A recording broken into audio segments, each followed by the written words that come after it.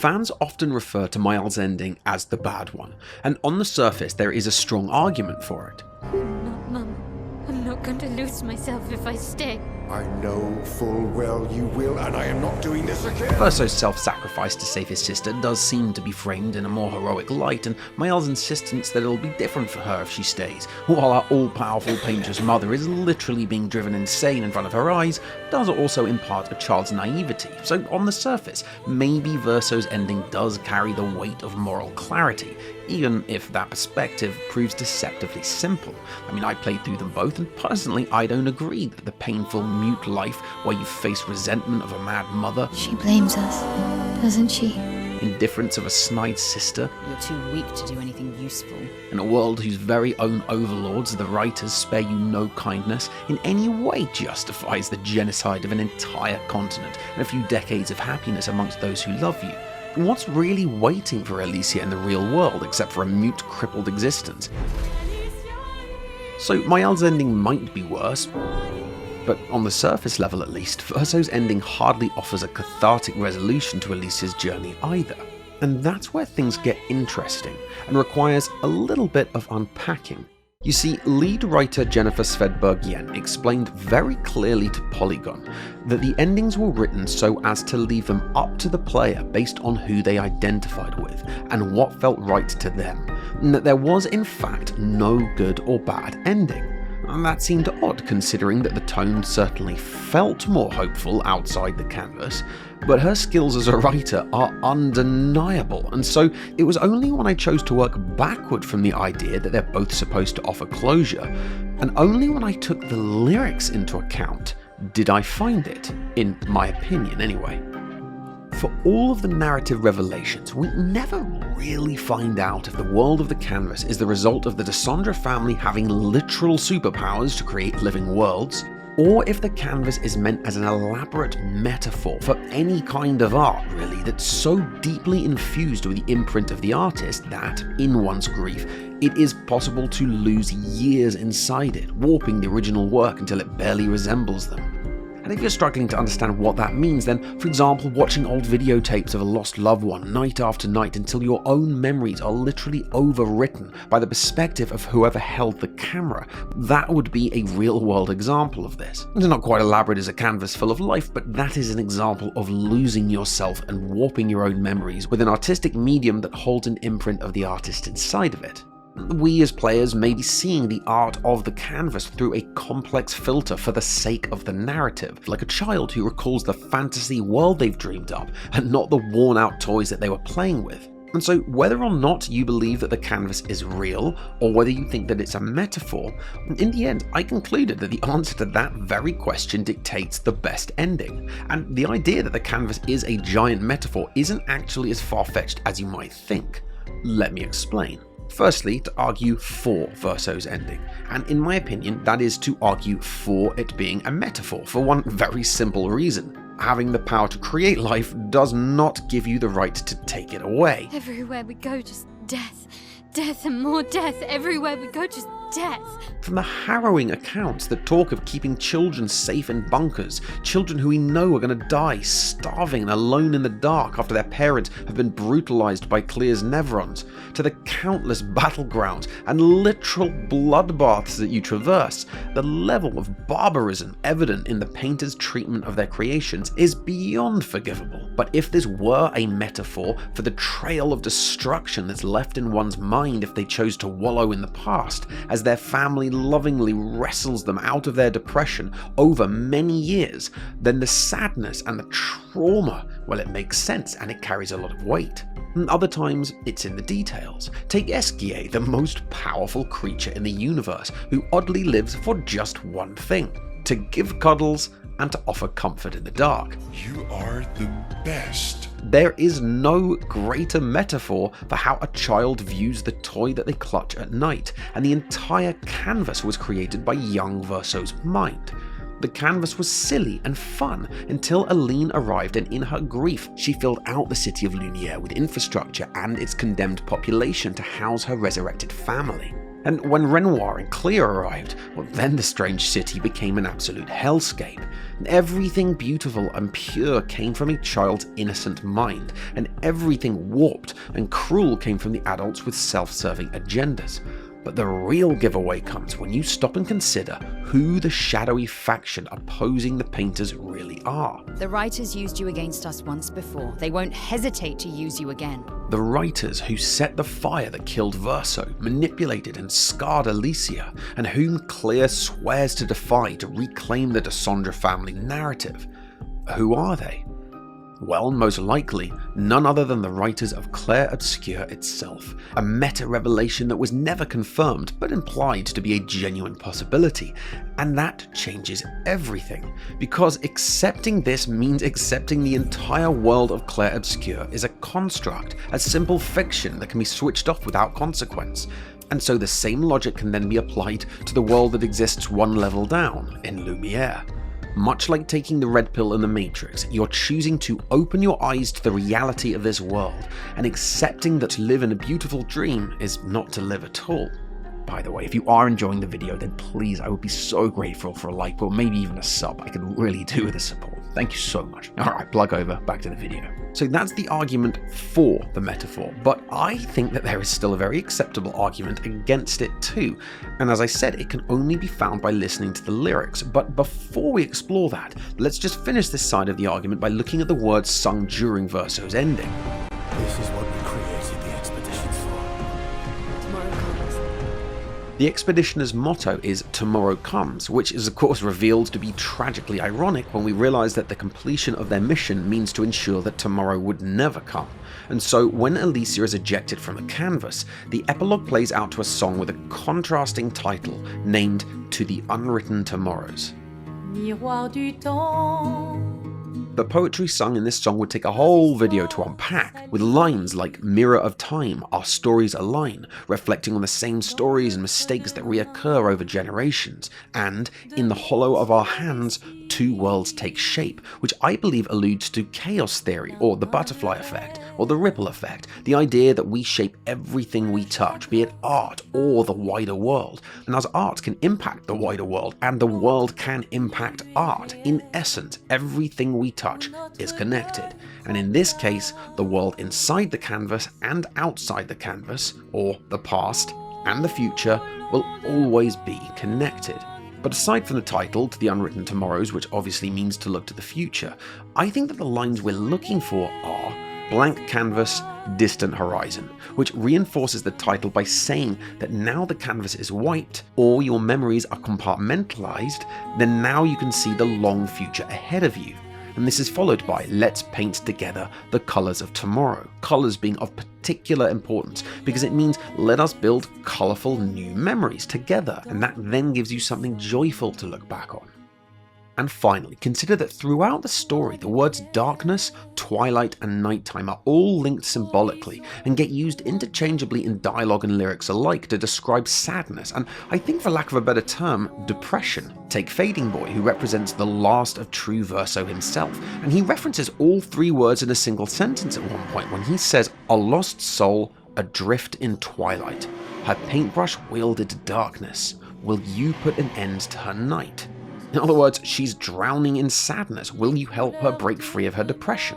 The French term clair obscur, interestingly, is a form of art that creates depth by focusing on the contrast between light and dark. And so the final line I want to note is, in the clair obscur, infinite artworks, each step traces the road of a life. In other words, there is no light without dark. I mean, you simply cannot find happiness without experiencing sadness. And to enjoy life's many pleasures means accepting that you need to navigate both on your journey of life. And the importance of this line, which emphasizes the importance of pushing forward and not succumbing to despair by trapping yourself in the past, carries immense weight because it's literally the title of the game.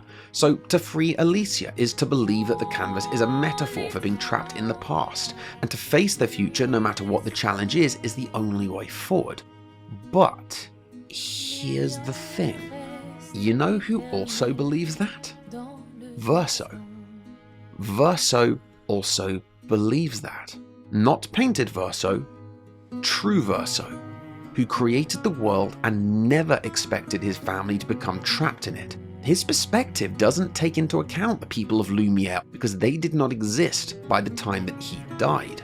Painted Renoir tells us that he inherited the pain of losing his son. The pain of losing you, she made me inherit it. And a century later, he still carries another Renoir's pain.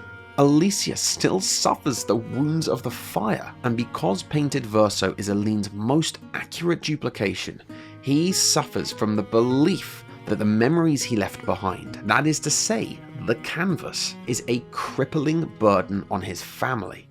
He loved his canvas, but the cost is nothing, because in his memory it's just a piece of art. Ciel was right. Grief blinds us. All you see are walls.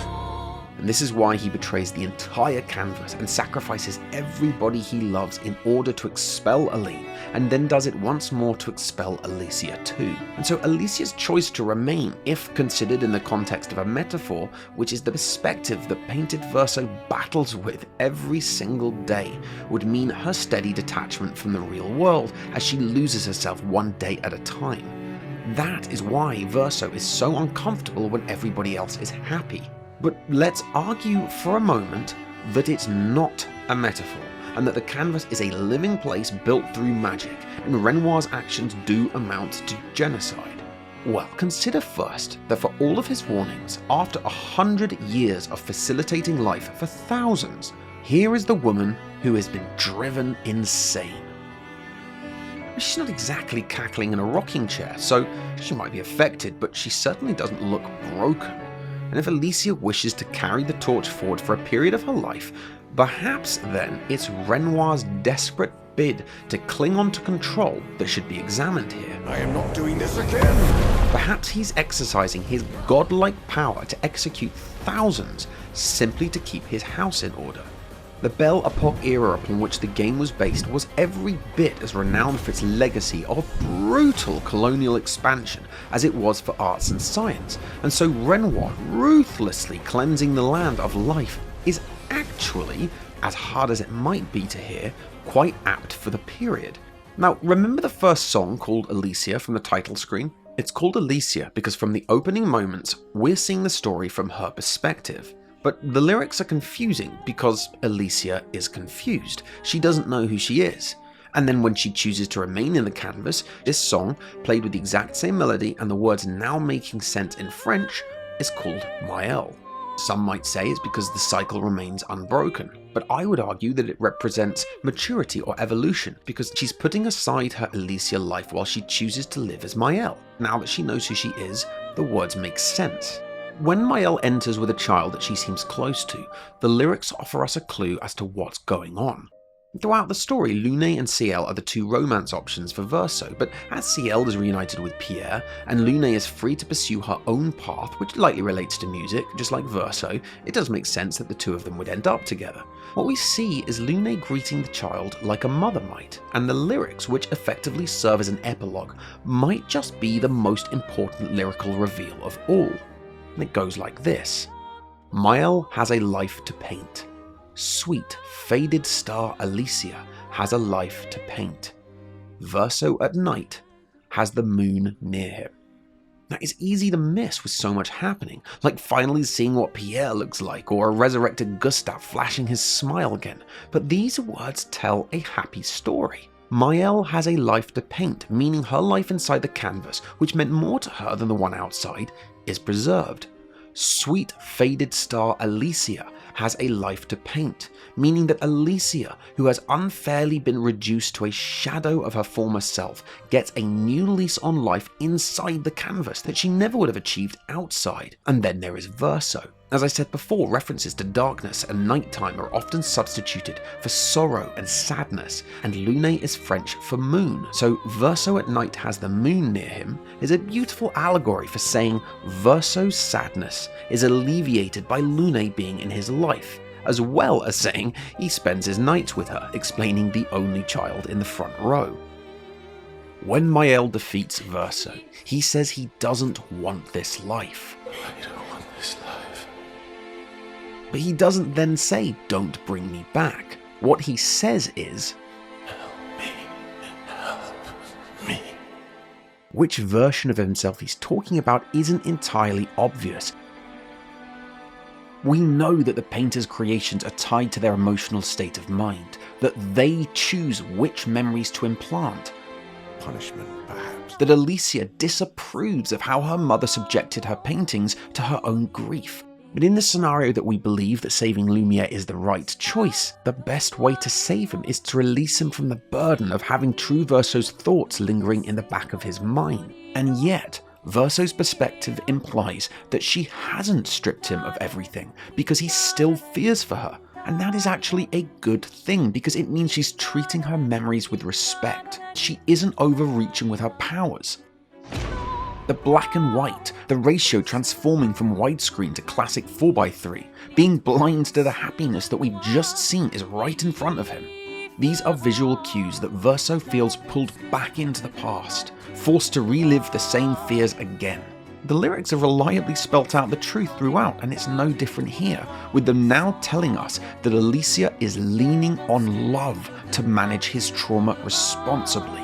And so in the words of the painted boy, Verso is no longer a lost soul adrift in twilight, or no longer is he alone in his despair, because now when he falls, he has Lune to pick him back up. Which means in time, hopefully Verso will find happiness. And the Descendre family may not be repaired, although with a bitter mother, and a snide sister, and a genocidal father, and a marriage rocky enough to trigger an apocalypse, well, how long is that going to last anyway, so good luck with that. What we do know is that half of Ciel's dialogue is devoted to her love for Pierre, and there he is. Gustave gets to woo the woman that he loves. Lune has a life that she chose and not one forced upon her by her parents, which is exactly the same for Alicia, and indeed the music clarifies this in very clear terms. Alicia gets a life to live, Maelle gets a life to live, and Lune, who staunchly championed the canvas's preservation, and Verso, who sacrificed everything to trigger its change. Only when they come together would they find happiness. Order and chaos, yin and yang, light and dark, clair obscure. The life we seek is found in between these opposing forces. And right there is that life. And Verso is nervous because he knows he might lose it. And that's natural because that is life. And so if Jennifer Svedberg-Yen's vision is to be respected, then I would sum it up like this. On one hand, Alicia's departure breaks a cycle. While it also means abandoning a world that holds echoes of the people she loved, she and her family achieve the freedom to build a new life, and Verso's memories are left to rest in peace. Or Alicia remains, and the Descendre family allow their children the freedom to make their own mistakes and hope that they take into account what they learned from their parents. Mistakes of the past aren't guaranteed to repeat, and that is the value of love and guidance, and most importantly, mutual respect. One choice leans into hope and the other into freedom. Neither is wrong. Just as the song presents the line, one painted with dreams and the other naked and real, so too does the game offer two equally human responses to grief. And whether Alicia chooses to preserve or to move on, both paths are steeped in love, and both come with cost. I hope you enjoy plundering the many depths of this multi-layered game. Good day to you. If you enjoyed my perspective or took away something from this video, which I really hope you did, I would be super grateful for a like or even a sub, as I've got more of these deep dives I want to line up and I really could do with the support. Obviously I may have misinterpreted things along the way. If you have a different perspective on anything I've said, be sure to let me know in the comments. Take care and hopefully see you next time.